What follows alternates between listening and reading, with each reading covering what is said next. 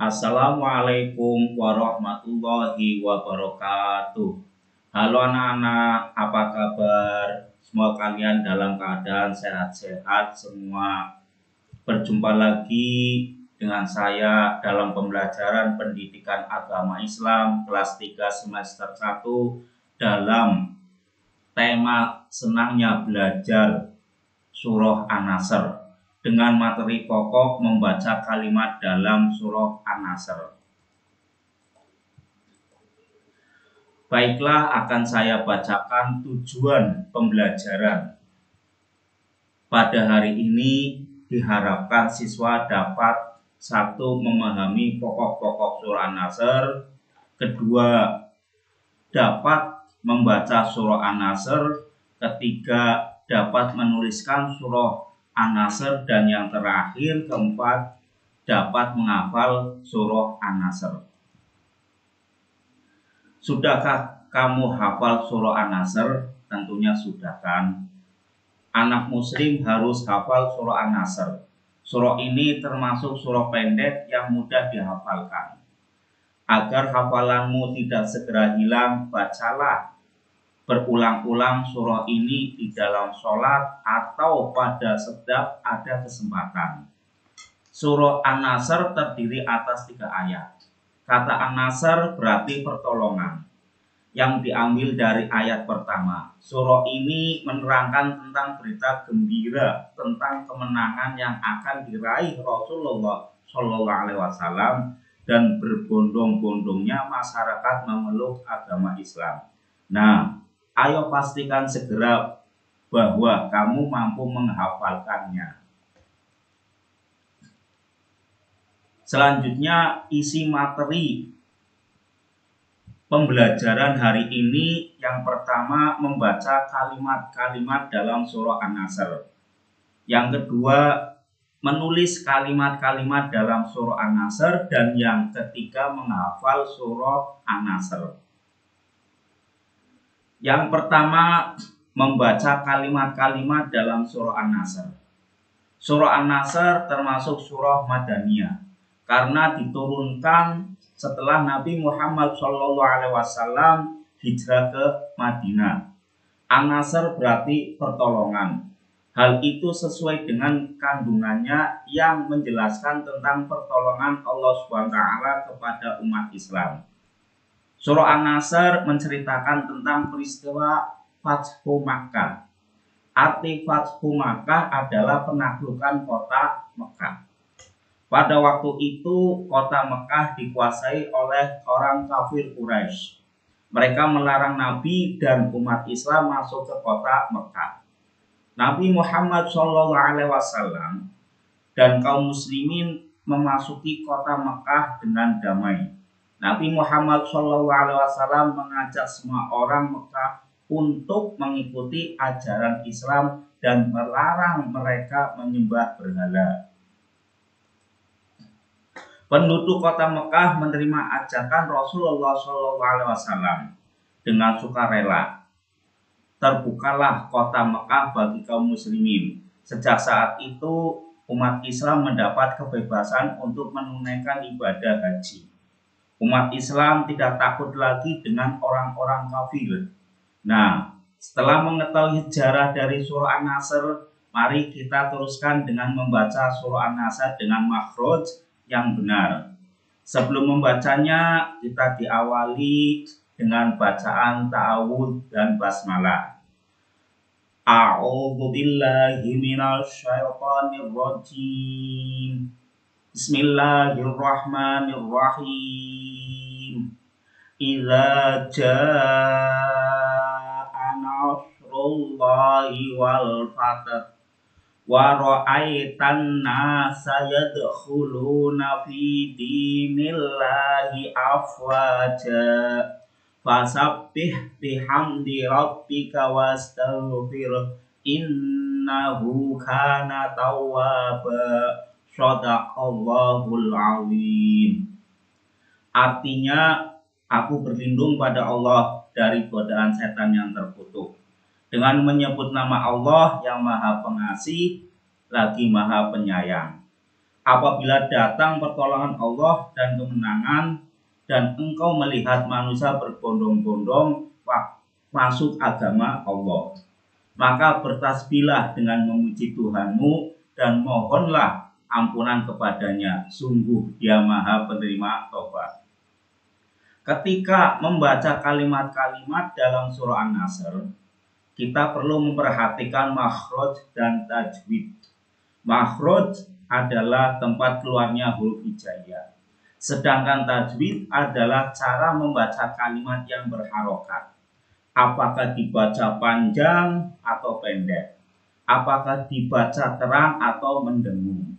Untuk itu perhatikan ketentuan-ketentuan berikut ini. Yang pertama, bacalah qalqalah. Huruf qalqalah terdiri dari huruf ba, jim, dal, to, dan qaf.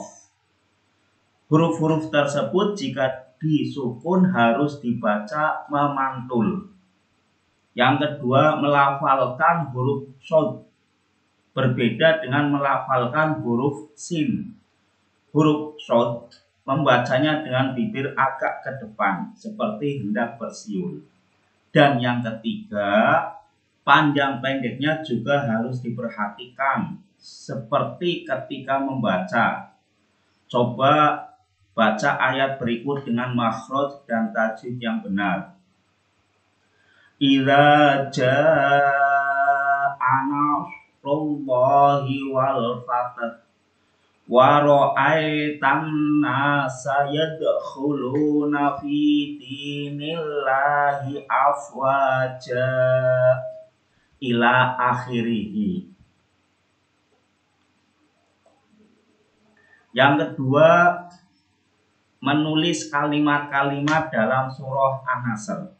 Perhatikan ayat pertama dari surah An-Nasr berikut ini. Perhatikan bentuk perubahan hurufnya ketika ditulis bersambung. Contohnya yaitu ayat pertama yang berbunyi idza jaa nasrullahi wal fath.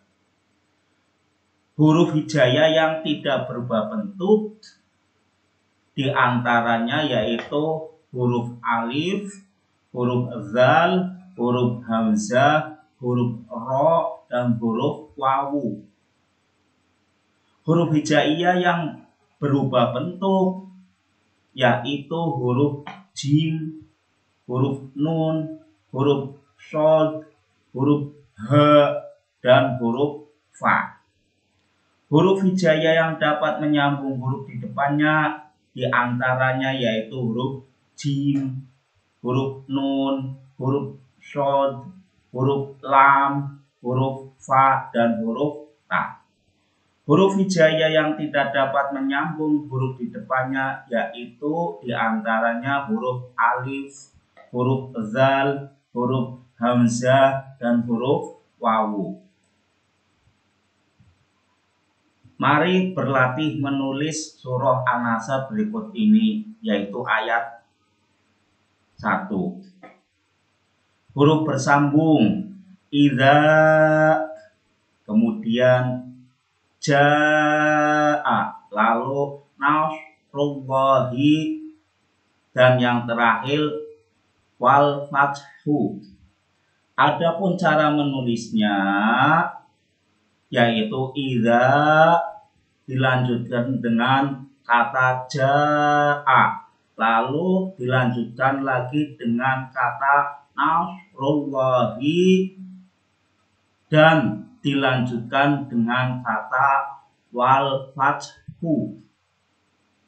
Huruf terpisah yaitu idza, lalu jaa, kemudian huruf nun yang berharokat fathah, huruf shod yang berharokat sukun, huruf ro yang berharokat dhammah, di depannya alif, lalu huruf lam, lalu huruf lam, lalu huruf lam lagi, kemudian huruf h yang berharokat kasroh, dan huruf yang terakhir yaitu kata wal fathu itu dipisah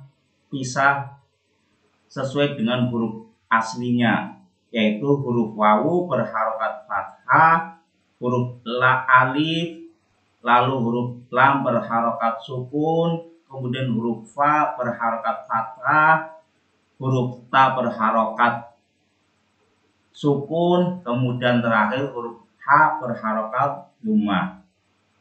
Lanjutkan latihan menulis ayat yang kedua dan ketiga dengan cara sebagaimana yang diterangkan. Berlatihlah sampai tulisanmu benar. Yang ketiga, menghafal surah An-Nasr. Setelah belajar membaca dan menulis surah An-Nasr, mari belajar menghafal surah tersebut dengan benar-benar hafal. Surah An-Nasr termasuk surah-surah pendek. Jumlah ayatnya hanya 3. Kamu pasti bisa cepat menghafalnya. Bacalah secara berulang-ulang ayat demi ayat, mulai dari ayat pertama sebagaimana berikut. Idza jaa'a nasrullahi wal fath. Lanjutkan dengan ayat yang kedua yang berbunyi wa ra'aitan nasa yadkhuluna fi dinillahi afwaja. Setelah hafal, teruskan dengan ayat yang ketiga yang berbunyi fasabbih bihamdi rabbika wastaghfir innahu kana tawwaba. Ketika kamu melaksanakan sholat, bacalah surah An-Nasr setelah membaca surah Al-Fatihah. Semakin sering kamu membaca, semakin cepat kamu menghafalnya. Menghafal surah An-Nasr harus dengan rasa percaya diri. Mintalah kepada ayah dan ibu untuk membimbingmu di rumah. Dengan belajar keras, kamu akan berhasil. Jangan pernah putus asa, karena putus asa dilarang oleh Allah Subhanahu wa Ta'ala. Selanjutnya, kesimpulan. Setelah kita belajar mengikuti materi pembelajaran dari awal sampai akhir, saya berharap anak-anak mampu memahami pokok-pokok surah An-Nasr. Kemudian mampu membaca surah An-Nasr, lalu mampu menuliskan surah An-Nasr, dan yang terakhir anak-anak mampu menghafal surah An-Nasr. Demikian sumber belajar pada hari ini, semoga bermanfaat bagi anak-anak sekalian. Saya akhiri dengan ucapan wassalamualaikum warahmatullahi wabarakatuh.